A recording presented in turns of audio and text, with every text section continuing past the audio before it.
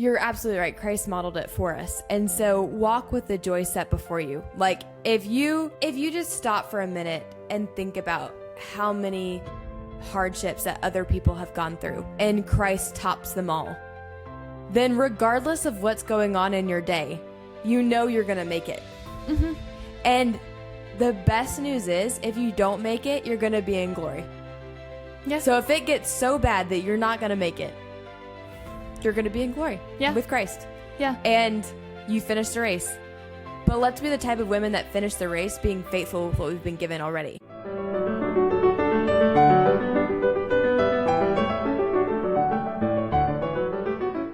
Welcome to Hot Topic October.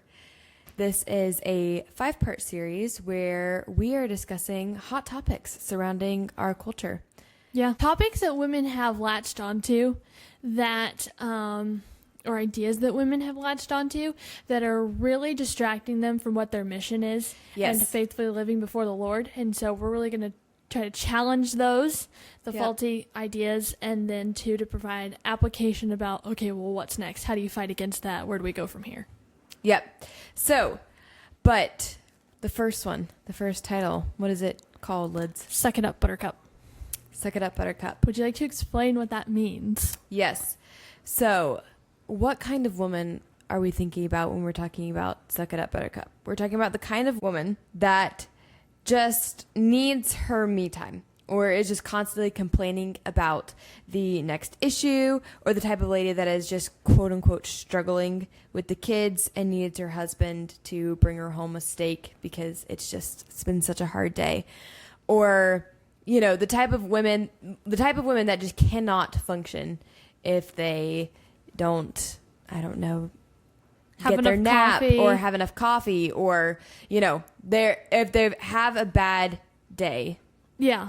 And that is just a perpetual issue problem for them. Yeah. They just always have a bad day. Like, yeah. They always have a bad day. Like, it's basically the type of woman. So I don't know.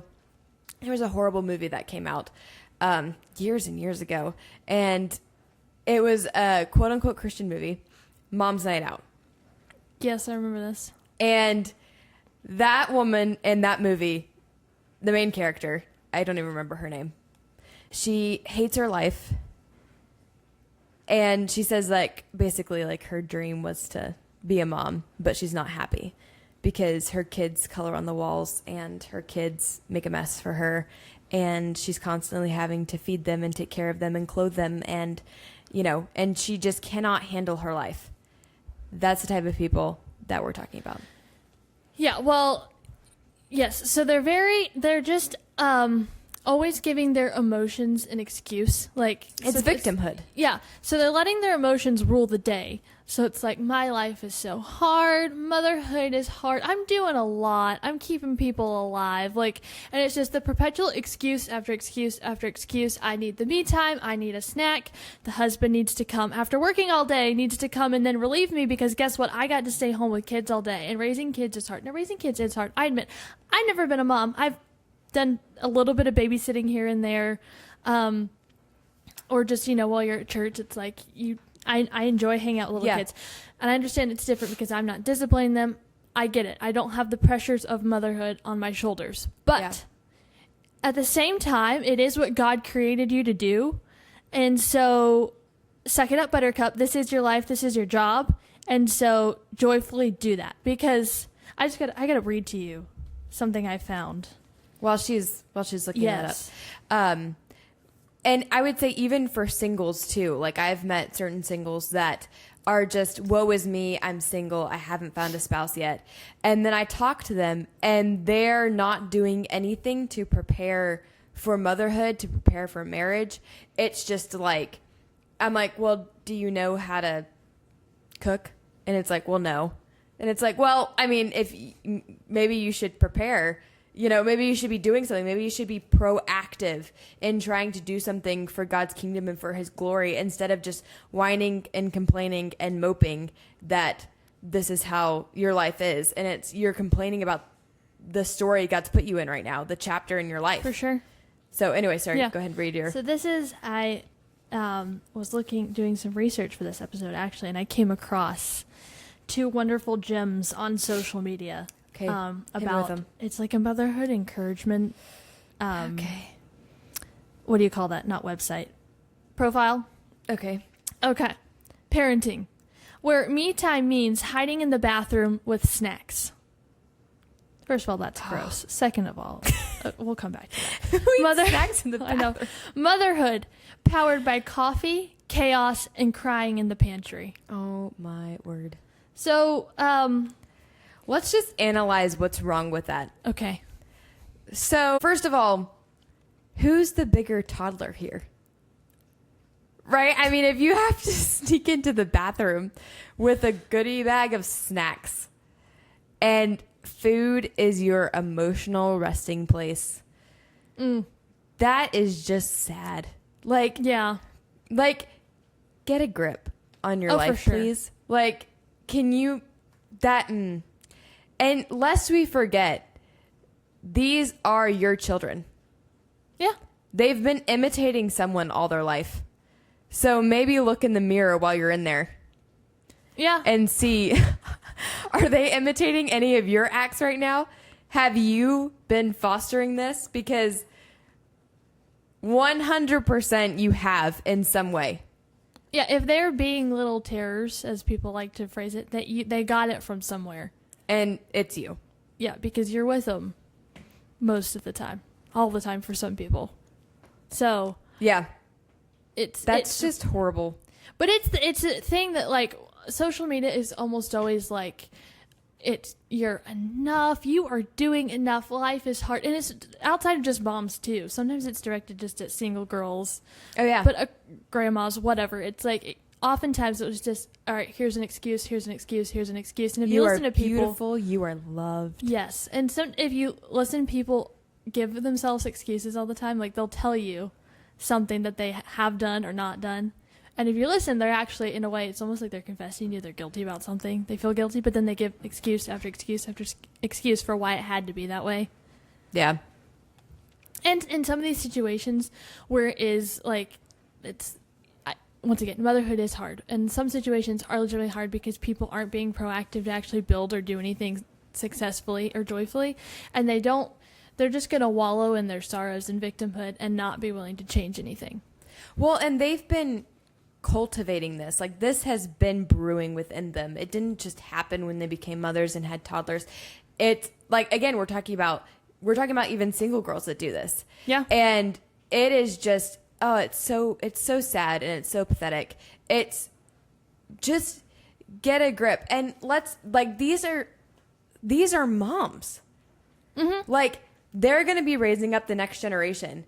And goodness knows what that next generation is going to be like if these are the type of women that are raising these kids. Like, that's just we were talking so about horrible. That in the Reformation episode we did about raising immortal souls. That's not, you being an emotional terror yourself is not feeding your immortal souls well at all. No. And we come from a family that is very, we just push the limit a lot.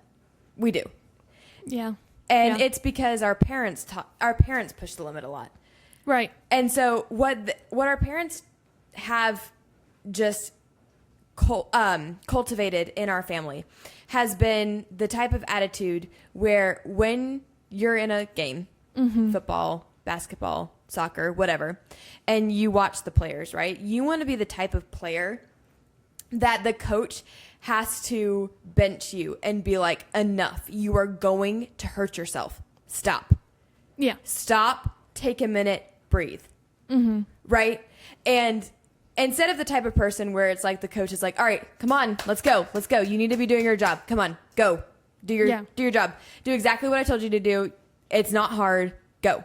Yeah, for sure. Well, and even, I mean, I wouldn't say it's not hard. There are certain jobs that are more difficult than others. And we're not saying it's going to be easy. Yeah. But if you come in with the mindset of, I'm going to attack the day, I'm going to be proactive, I'm going to pursue, instead of just get the bare minimum done and just like, hey, I stopped the darkness from happening today. I stopped darkness from gaining any more ground.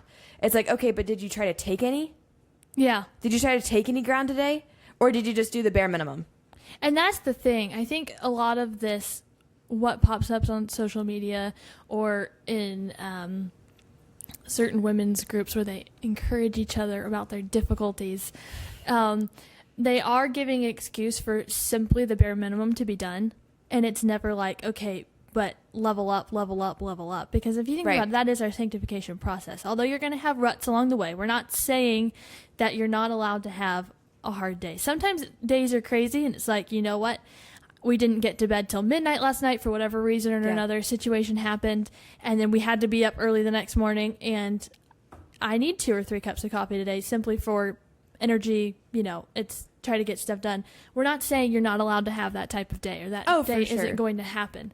But it's how often is that happening? Well, and then the kicker would be, are you sinning in that? Correct. Is it just simply, well, this is a hard day and I had to have 3 cups of coffee? That's one thing. But if you're like complaining about it and moping and you're allowing your day, the surroundings of your day, the events to then steal your joy, that's when we're talking about suck it up, Buttercup. Yeah, because not only are we fragile physically, look at the deterioration of women in our culture. They cannot do a whole lot. No. Like, we are very weak and needy physically. Yes. But then spiritually and emotionally, we are very whiny and lazy. We're letting our emotions just rule us. And that's not okay. Yeah. Because your emotions don't dictate what kind of a day you're going to have. Correct. God dictates what kind of a day you're going to have. And I was listening to this sermon by Toby Sumter, and I wish I could remember the title of it. But he was talking about in the morning when you wake up, do you say, Lord Jesus, help me with this day? Do you wake up praying? Do you wake up asking God to help you for the day? Or do you wake up thinking about all the hard things that you have to do? Do you wake up thinking about that next test paper you have?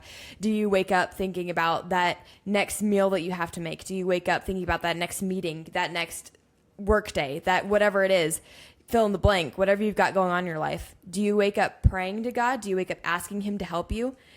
Or do you wake up praising God? Do you wake up talking to God at all?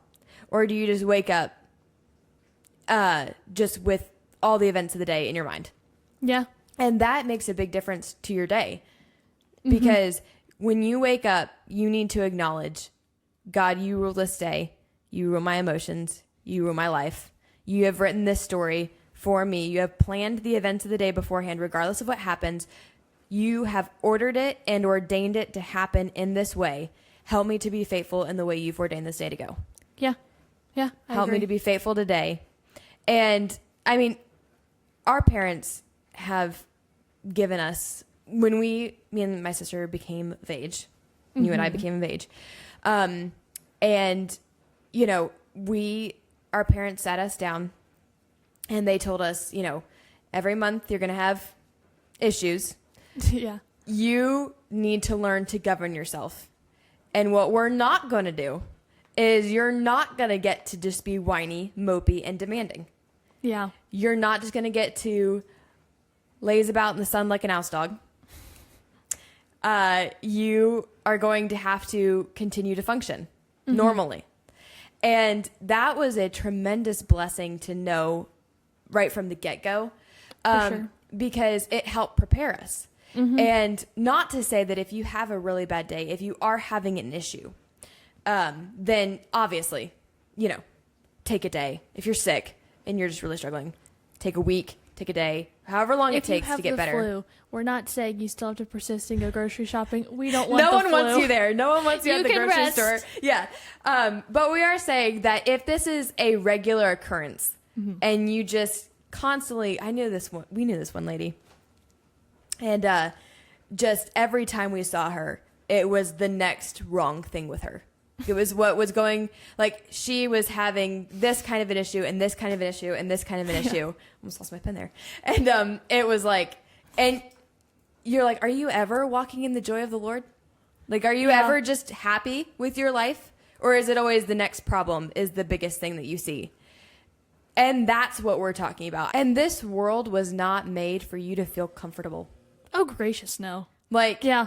What's the Indy Wilson, the Death by Living? Oh my word, It's it's like, so good. your body is made to be broken. Like, to talk about the laying your life down. Like, we're imaging our Savior who had the ultimate sacrifice of laying his life down and did the hardest thing that anyone would ever have to go through.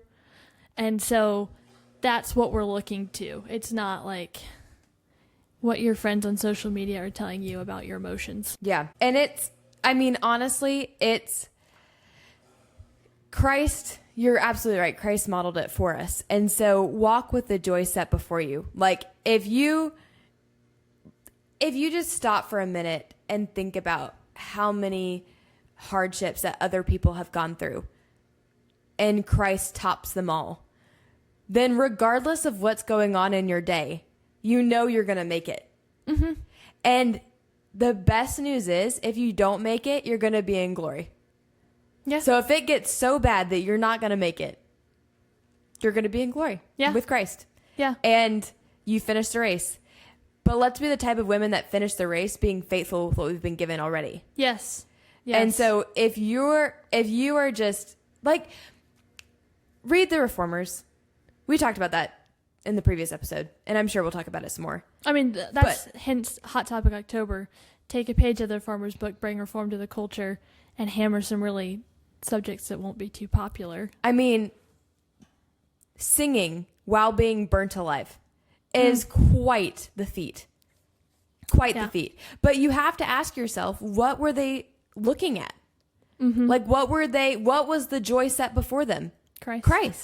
Christ walked through death, hell, and the grave. And overcame. Yep. And so because of that, the example, and he'll give you the strength. Pray. Oh, absolutely. So a lot of the ladies we've interviewed, which has been amazing, they talk about grace in the moment. Yes. And so pray. And God loves to see the deliverance. Yes. Mm-hmm. So, like you're saying, pray about it, because prayer is potent. Mm-hmm. It is it's very powerful. And so pray and ask God. Just simply ask him, like, stop and pray and ask God to help you in the situation. And dare we ask for him to give us more? Yeah.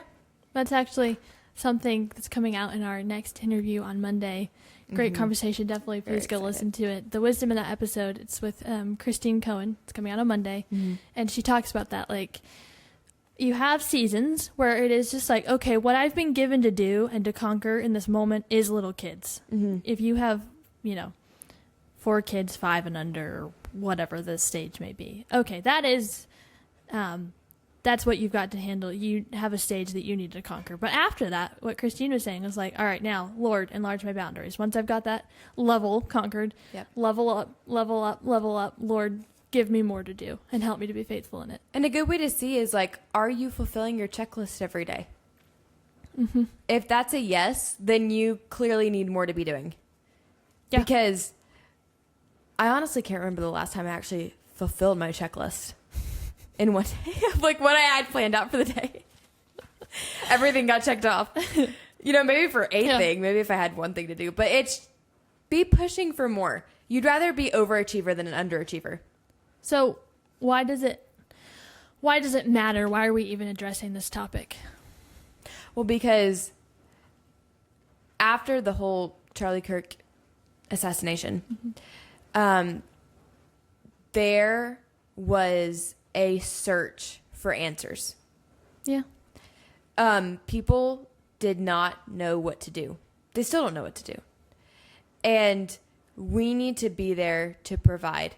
This is the time when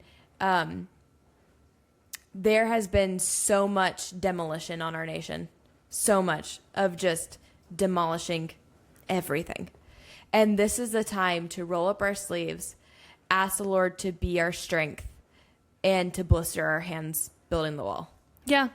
Like, this is the time to fight and to build and to conquer and provide the answers, because we have all the hope in the world. Yeah. And so let's go to town. Let's build. Let's take ground for God's kingdom. And that may look like opening up a business. That may look like feeding your 8 children that are sitting at your kitchen table looking at you. That may look like homeschooling your kids. That may be looking like, walking into a school and you're about to teach a whole group of kids and you're their teacher for whatever subject. That may look like, for our men going to work. That may look like fill in the blank. It could look like a whole myriad of things. Mm-hmm. But ultimately, God will show you. If you ask God to help you to build his kingdom, God will answer that because that's the dominion mandate. Genesis 1:28 and in Matthew, that is the dominion mandate. And so take dominion for his glory. I'm reading a book that was recommended to me by an elder, and The Greatness of the Great Commission. Mm-hmm. And it is very good. And it talks about, and there was even a sermon I know that you and I listened to. I think it was The Greatness of the Great Commission by Douglas Wilson was the sermon. We'll link both the book and the sermon in the description below. But both of those were, I haven't finished the book yet, but I'm working through it. And they are just both so good. Just talking about how we have been given an order and a command. And it's time that we fulfilled it. Yeah, because I think, honestly, the death of John MacArthur over the summer, the assassination of Charlie Kirk, and then right after that, the death of Vodi Bakum was a big wake-up call for Christians in particular. The Charlie Kirk assassination, I think, was a wake-up call for the nation, but then all three of those men together was a big wake-up call for the Christians. I think, honestly, we got relaxed. Yep. It was kind of like big names like John MacArthur, like Charlie Kirk, Vodi Bakum. They've got it handled. I can sit back. They're bringing great reform. They're out there. Or even like the Wilsons. For sure. Yeah, I think it's kind of like they're putting out content. They're changing culture, and it's spilling out, so I'm fine. Yep. And it's like, no, you're not. Like, we are required to baptize the nations, to make disciples, and that does start in our own homes, so conquer that. Then be so fruitful there that it overflows, but we can't just sit back anymore. No. We should not have been sitting back. So we were doing a wrong thing. That was bad. But now's the moment. All right, take this fire and build like never before. And be ambitious and put another layer on the wall. We've just been standing there. We've been standing on the same layer that we had for a minute. And certain people are getting their sections. Like, when they were building the wall in Nehemiah, they had sections. They divided it up. Certain people have really just been, their sections high up there. And there are others of us that have just been standing, doing nothing with what we've been given. While others pull their weight. Yeah. But we're kind of like, but they've got it. Yeah. And so even with Charlie Kirk's assassination, then you had the memorial service. Mm-hmm. And don't get me wrong, it was, praise be to God, it was absolutely wonderful that Trump and Marco Rubio and Tucker Carlson, et cetera, Pete Hegseth, they all preached the gospel in some way, form, or fashion. Yeah. At least acknowledged God. Right. It's a wonderful thing to witness. But we have a job to do. And we can't just sit back. It works bottom up. Mm-hmm. God works in we live in an upside down kingdom. That's God's kingdom. It's an upside down kingdom. And so we can't just say, well, okay, we've made it. Our leaders have now acknowledged God. No, it's your job now to take that gospel, the gospel that you have the answer. Mm-hmm. You have the scriptures. Take that and go and expand Christ's kingdom, because otherwise it's just a political figure up there that's just acknowledging God, and it's one man versus the rest of the world, and he can't do anything unless God acts. Yeah. God put him there, yes. Mm-hmm. But then God also put you where you're at, and you have to do your duty. You can't, like you're saying, you can't just sit back and be like, okay, well, this is so good. Revival. No, revival happens when unbelievers repent and believe in Jesus Christ and go and pursue his kingdom and his glory. Well, because it's definitely this, even though we keep referencing all of the deaths or assassinations, it's like, it is bigger than this moment. This is something like, it's shaping culture in a big way. And this is something that's like, this is either a good path we're headed down and will continue, or it's a good for a minute and then we veer back off to the wrong path. So it's definitely bigger than this moment, because it's a war between light and darkness, same as with our emotions. Yep. That's why you're not conquering the darkness within you. You're not repenting. Yep. You're just staying in your sin. Yep. And so that's the problem. Yes. And if you're, regardless of whatever phase you're at, if you are getting hung up on the small little inconveniences and discomforts in this world that the Lord is throwing your way, how do you think that when the big inconveniences come that you're going to somehow handle those? Yeah. You have to trust God in the small, and the uncomfortability right now, and the frustration, and the whatever is happening, and the stress, which, I mean, if you are tempted to react sinfully, ask God to help you. And if you have sinned, repent of it and move on and walk in the joy of God and suck it up, Buttercup. Yeah. Because there's a lot of work that needs to happen. And the last thing we need right now is for a whole bunch of women to let their emotions run themselves and to be ungovernable. Because if a whole bunch of women, how glorious would it be if all these women on your social media, on wherever you meet them, in person, wherever, just decided to obey God and let God rule their emotions. Yeah. And use them for his glory and his kingdom. I mean, honestly, it would be a full-on reformation. Because we keep referencing, actually, the Lord's timing on this was really great, because as we were prepping for this episode, we were reading, as we keep referencing, Nehemiah in our yearly chronological Bible reading that we go through as a family, which is referenced in the Christmas episode, in case you missed it, and kind of the importance of why we do that. But we were reading Nehemiah, and so it was really interesting after you had these events, like to read about them building and the opposition that they were against. And it's kind of like, well, no, we're not going to be distracted. We have our marching orders from the Lord, and we are not going to come down.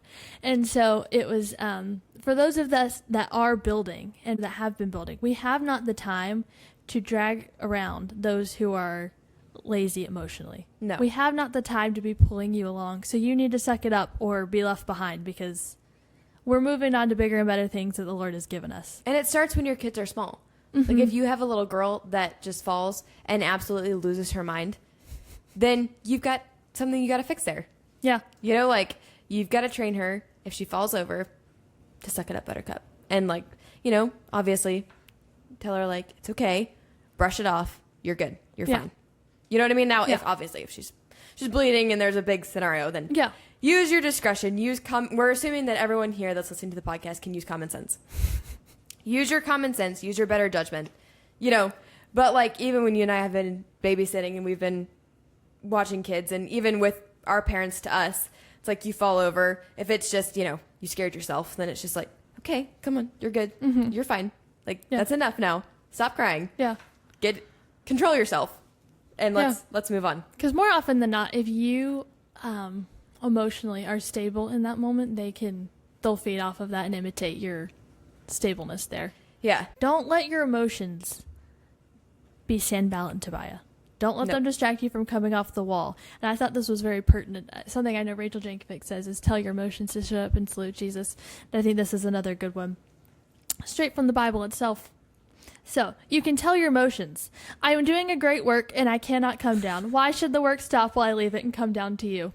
Yep. So shut that door. Slam the emotions. And if they're good emotions, you know, like another good instance, when the Charlie Kirk incident happened, I know there were a lot of different reactions. Obviously, you could have taken that in a way where it was righteous anger or it was unrighteous anger.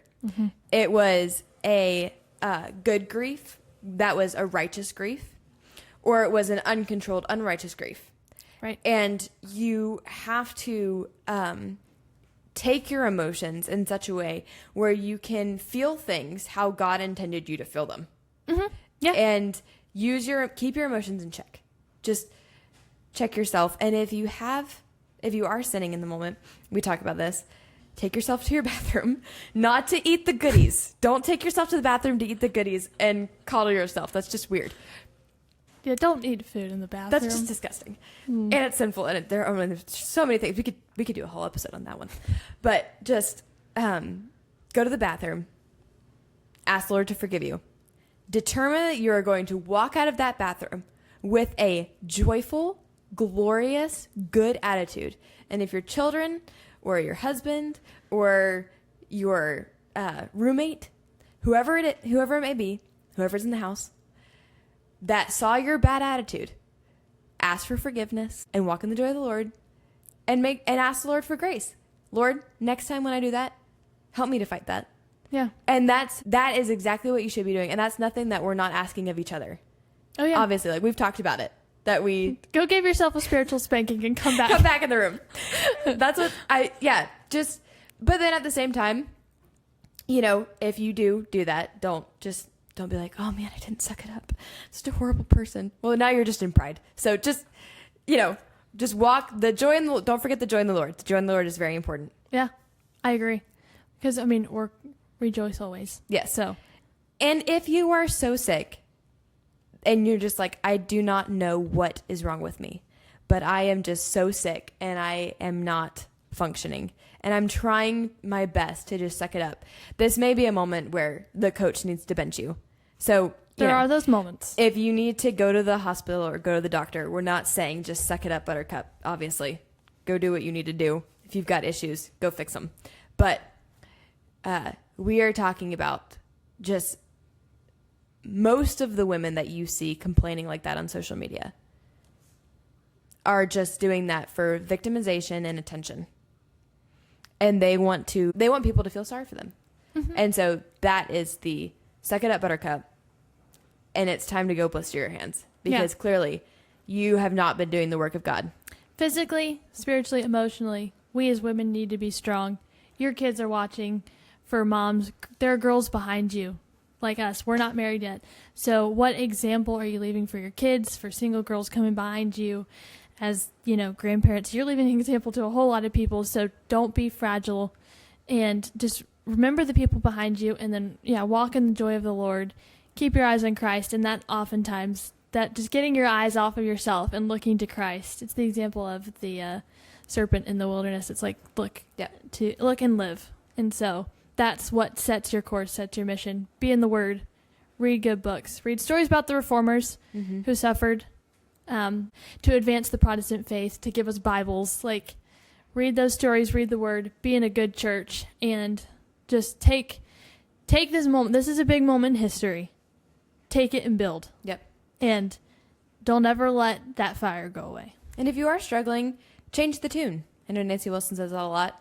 Listen to some Psalms, listen to a good sermon, what encourages you in the joy of the Lord. Listen to something like that. Listen to a good story so you can get your eyes off of yourself and trust that the Lord will deliver you from whatever hardship you're going through. But then also know that the hardships only get bigger. And so learn how to tackle them now in a good way. Closing with this, something we keep referencing about keeping our eyes on Christ comes out of Hebrews. We were very encouraged by this recently as we were talking. So Hebrews 12, starting verse 1. Therefore, since we are surrounded by so great a cloud of witnesses, let us also lay aside every weight and sin which clings so closely, and let us run with endurance the race that is set before us, looking to Jesus, the founder and perfecter of our faith, who for the joy that was set before him endured the cross, despising the shame, and is seated at the right hand of the throne of God. Consider him who endured from sinners such hostility against himself, so that you may not grow weary or faint-hearted. The joy of the Lord is our strength. Ask him for the strength that you need, and he will give it to you. Because he likes to see his kingdom grow. He likes to see his people become more like him. We don't serve a fragile God. Don't be a fragile people. As image bearers, don't be a fragile people. Image truth about Christ. Serve the Lord with joy. And let's keep building that wall. Yep. And be bold. Yes. Be bold to rebuke yourself if you're walking in that. And be bold to rebuke others in love. Be strong and courageous. Yep. There you go. Until the next Hot Topic. Yeah. We'll see you all for part 2 of Hot Topic October. Bye, guys. Bye.